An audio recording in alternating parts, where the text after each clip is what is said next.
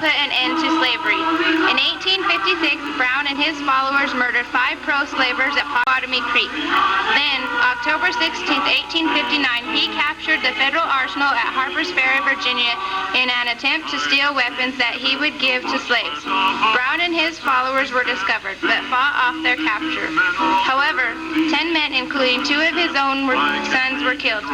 John was put on trial in nearby Charleston. Brown was charged with murder and leading a slave insurrection.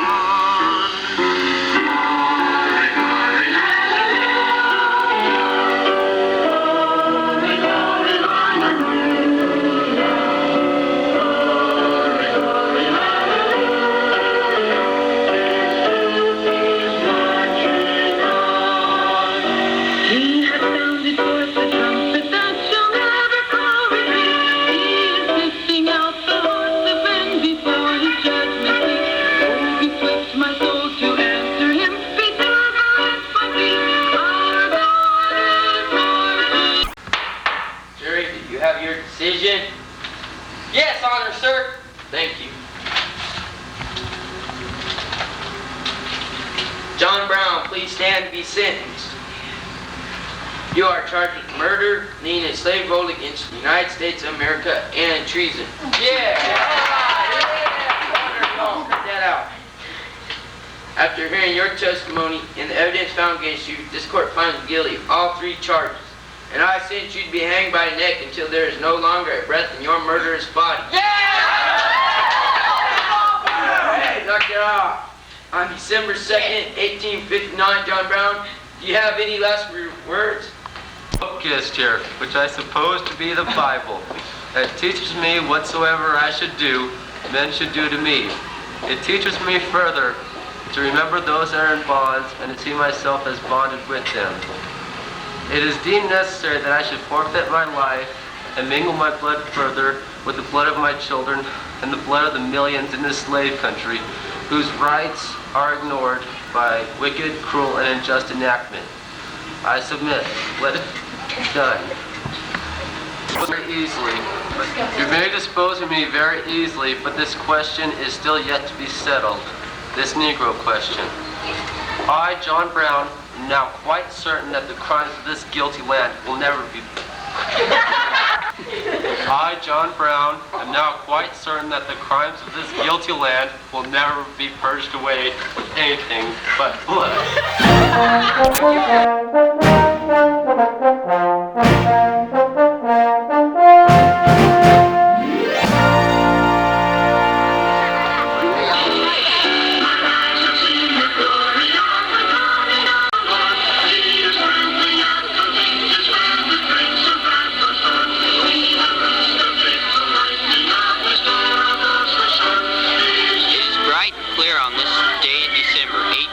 in the South. John Brown is about to be hanged for leading a slave insurrection against the government of the United States. The crowd cheers and anxiously awaits the death of John Brown. They know that John Brown would now be silent in his preachings against the destruction of slavery. They find great joy knowing that the murdering abolitionist is about to die. Many that are there that day do not realize the prophecy of John Brown will come to pass. I am now quite certain that the crimes of this guilty land will never be purged any way with anything but blood.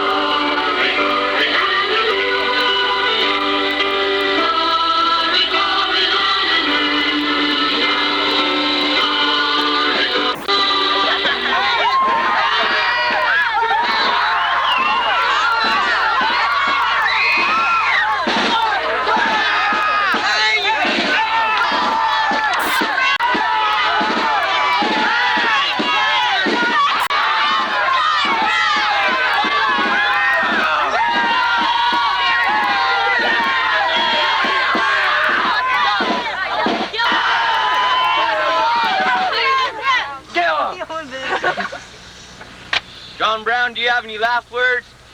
I, John Brown, am now quite certain that the crimes of this guilty land will never be purged away with anything but blood. Hear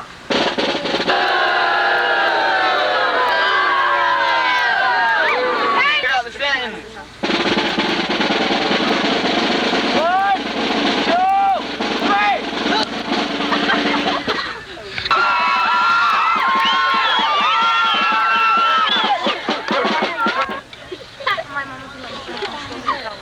Oh, they playing.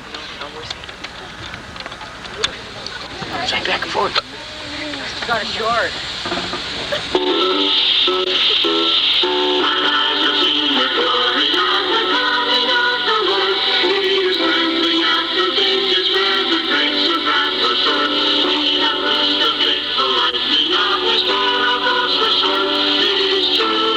John Brown is now dead, but the issue of slavery is not settled. The gap between the North and the South grows dangerously far apart after the death of John Brown. The South thought that they had hanged a murdering criminal, but the North would rally around the hanging of John Brown and not let his commitment to the destruction of slavery die. After John Brown's war is not an opinion. It is a fact approaching fact. They have builded him an altar in the evening dews and damps. I can read his righteous sentence by the dim and flaring lamps. His day is marching on.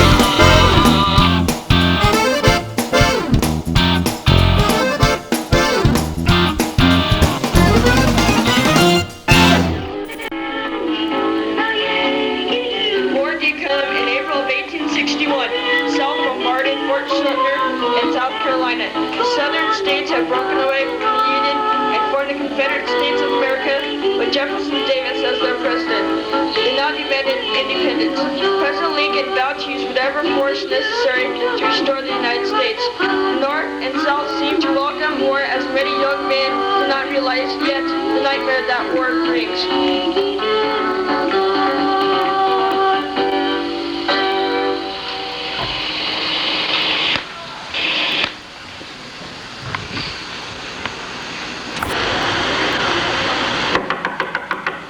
Who is it? General McDowell, Mr. Lincoln. Come in, Holmes. Okay, dude. We're honest, General McDowell. My faith into your hands to bring a swift end to this nightmare. The Union must be restored. Mr. President, we will overcome. Our strength is mighty. We have a large navy, an established army, factories to make guns, and farms to supply food to our troops.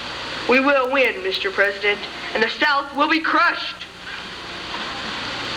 Once as a boy, I had an old hound dog. He was born a hunter, but had no training.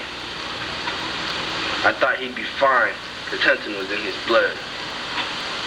I brought him out to chase a few coons in the woods, and he ran barking and yelping. I just knew he had a coon. Well, I must have ran 20 miles until that old hound dog stopped. That dog had treated my Aunt Jenny's cat. You see, General, he was a good old hound, but he lacked training. Is the Union Army ready to engage in battle? Or do we need more training, General? Mr. President, we are ready now. My men will defeat the South and be home to harvest the spring crop. On to Richmond!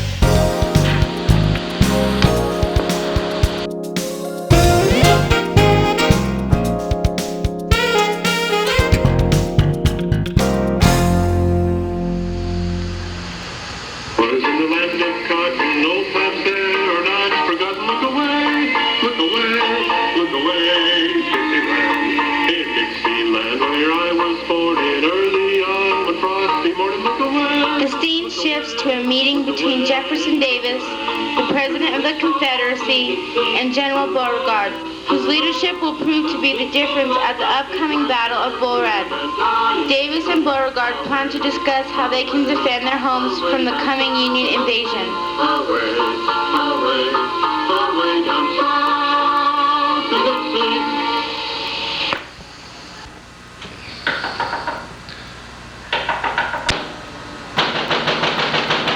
Who is it? General Beauregard! Come in. What does it take to win? All we have to do is keep those blue bellies out of Richmond, and we will win!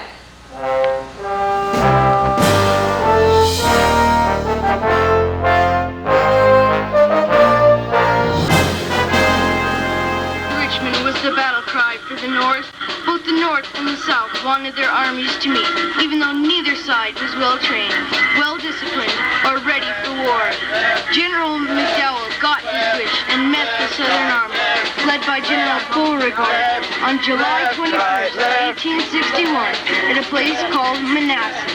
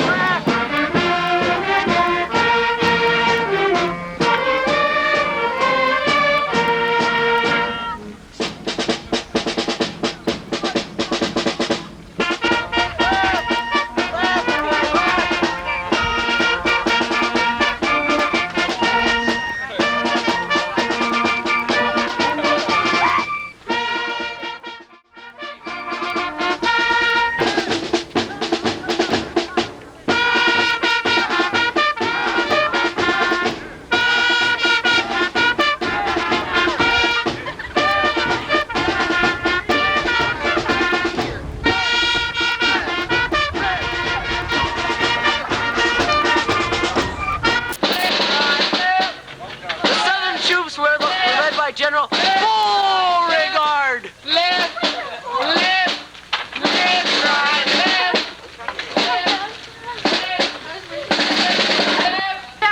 My bulletproof vest. Now we might go.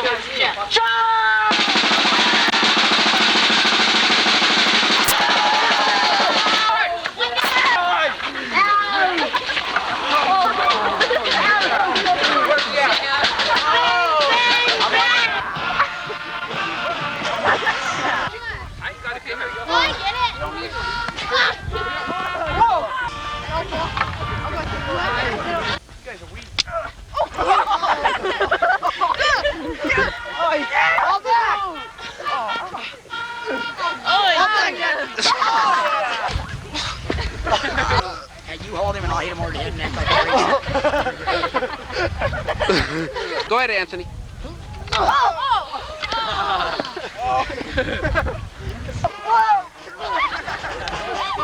Hit him!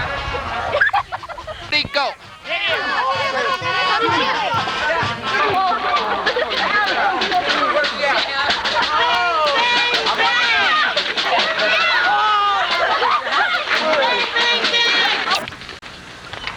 There's Jackson standing like a stone wall! Rally around the Virginians! Go!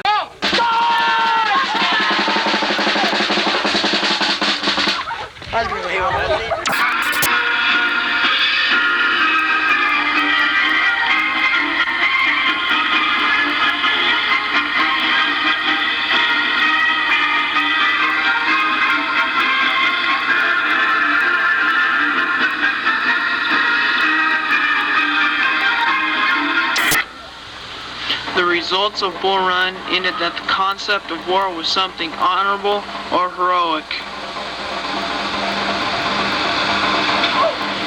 Fact, 2,000 Southern dead. Fact, 3,000 Union dead. Fact, war means young men die.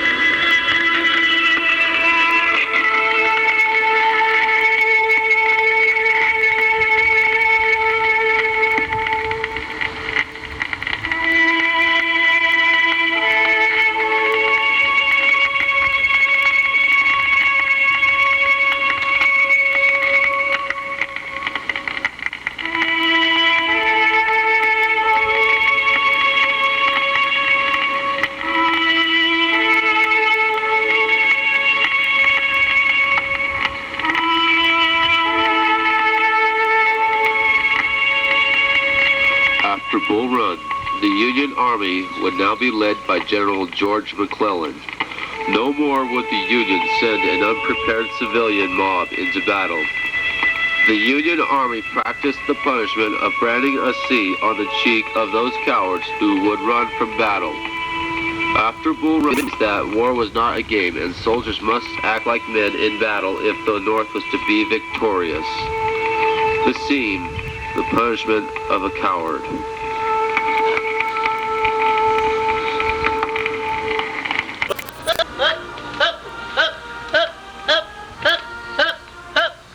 Company halt! Run battle! Learn your lesson well! Carry out with the punishment.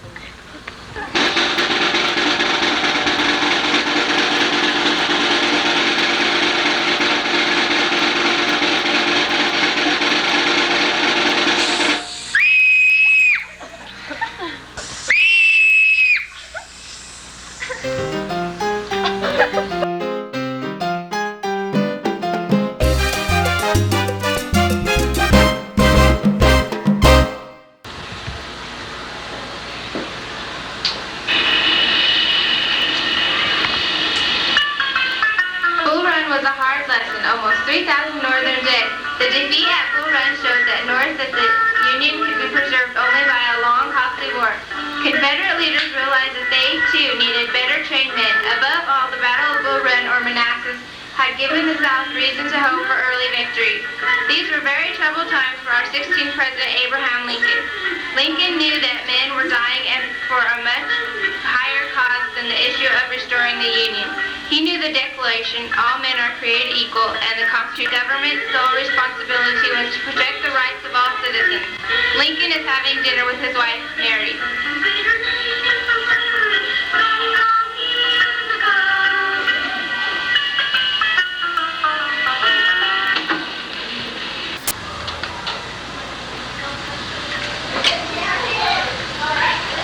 Mary, my heart is troubled. I promised quick victory, but the South wins victory after victory. When the war started, I promised to restore the Union, but I know in my heart that a restored Union means slavery. Slavery is wrong. I took an oath to be a defender of liberty. I do not want to restore injustice. Do you realize what you're saying? Yes, indeed. It's time for this nation to start living up to the true meaning of its creed, that all men are created equal. It is impossible for government to protect the liberty of every man. As long as we have the U.S. Constitution to guide this land, we must protect the liberty of all. You are saying that this war is being fought for something beyond the issue of slavery, Abe? Exactly, Mary. These brave soldiers are dying for the liberty of all men for the generations to come. With struggle, this nation will one day include all citizens, not just a select few. You're gonna do it, aren't you, Abe? You're going to free the slaves. As of January 1st, 1863, the Emancipation Proclamation will end the injustice of slavery. Our soldiers will now be fighting to protect the greatest form of government ever conceived by man, the U.S. Constitution.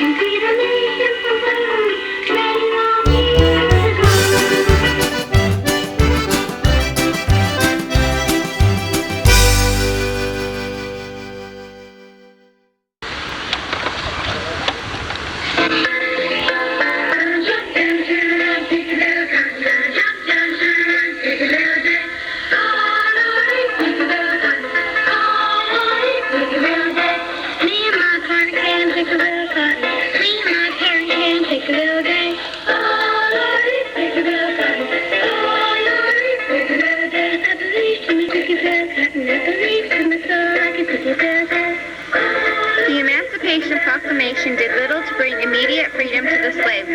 The war had to first be won before the chains of slavery could be broken. But the news of the emancipation brought a bright light of hope to every slave that heard. The scene is of two black slaves discussing what the emancipation means.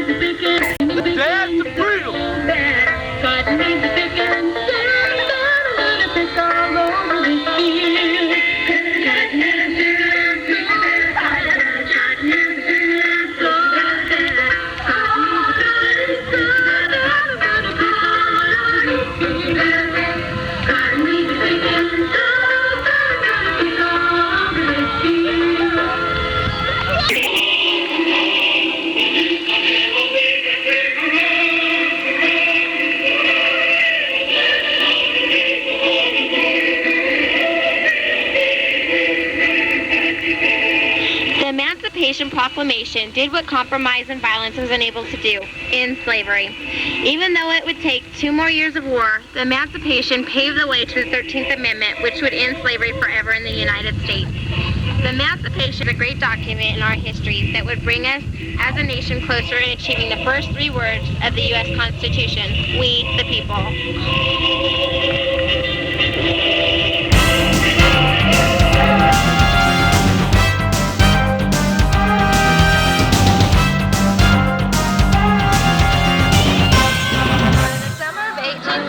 The Confederate Army had committed itself to an attack deep in the Union territory. The South hoped this attack might influence England and France to again consider supporting the Confederate States of America.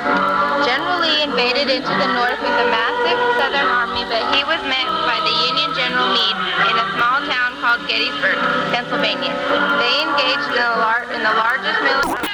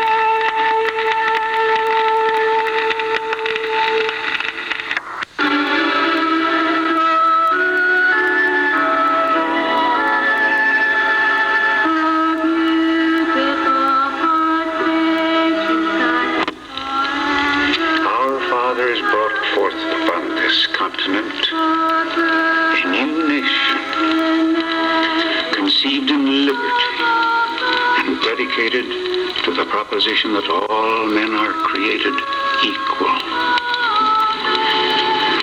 Now we are engaged in a civil war, testing whether that nation, or any nation so conceived and so dedicated, can long endure. We are met on a great battlefield of that war. We are met to dedicate a portion of it as the final resting place of the nation. It is altogether fitting and proper that we should do this. But in a larger sense, we cannot dedicate, we cannot consecrate, we cannot hallow this ground. The brave men, living and dead, who struggled here have consecrated it far above our power to add or to detract. The world will very little note nor long remember what we say here, but it can never forget what they did here. It is for us, the living, rather, to be dedicated here to the unfinished work that they have thus far so nobly carried on. It is rather for us to be here dedicated to the great task remaining before us, that from these honored dead we take increased devotion to that cause for which they here gave the last full measure of devotion. That we here highly resolve that these dead shall not have died in vain, but the nation shall, under God, have a new birth of freedom, and the government of the people, by the people, for the people, shall not perish from the earth.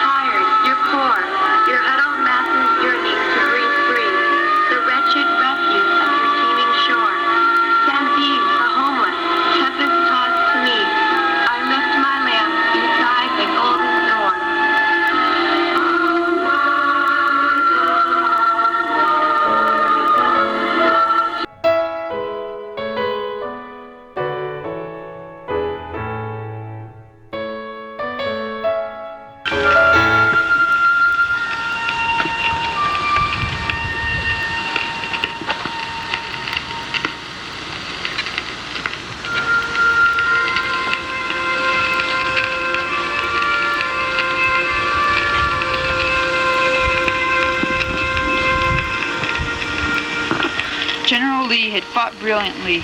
7 days, Fredericksburg and Chancellorsville were great victories for General Lee, even though he faced incredible odds. Lee could win battles, but by 1865 he knew that he could not win the war. The scene. General Lee must tell his men that they must surrender and the Confederacy must end.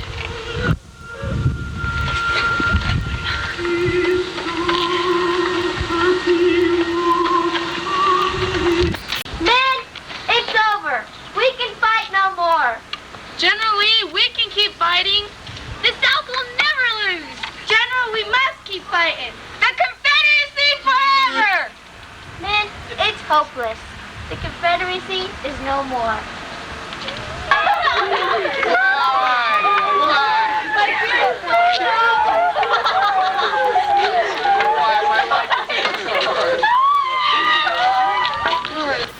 The Civil War ended in a place called Appomattox Courthouse in Virginia.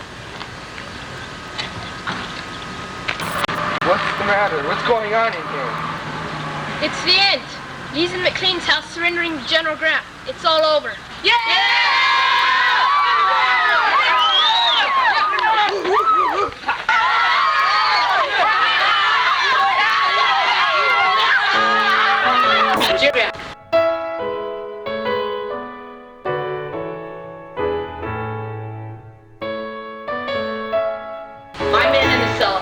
continue no longer. Too many men have died. I'm sick of the senseless destruction and reckless concern of human life on both sides. It is over. We can fight no more. There's no fight left. General Lee, it is with great respect to meet you here today. I agree with you that General Lee, it is great respect to meet you here today. I agree with you that the senseless destruction of our country must end today. We must heal our wounds and become a nation once again. It is April, and my men need their horses and mules for spring planting. This is the time to plant the seed that grows unity, to make our nation into one. General Lee, one day this nation will harvest unity. Your men can keep their horses and their personal possessions. You will no longer be treated as prisoners of war, but as American citizens. It is time for rebuilding. This suffering must end. I am deeply moved by your kindness. If it was under different circumstances, we would call each other friends. May God be with you. Yes, ma'am.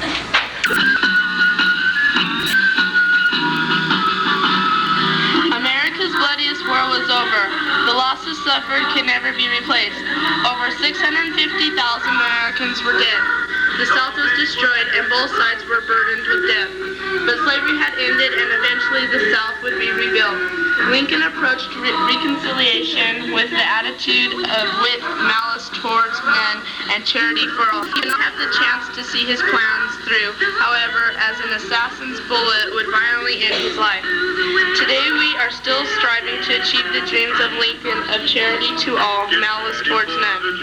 We are also still fighting the Civil War. We are still fighting to achieve the meaning of a free government, the right to include all citizens, no matter what color.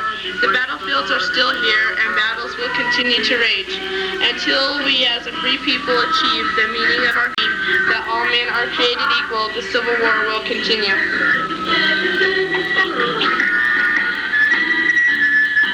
Our class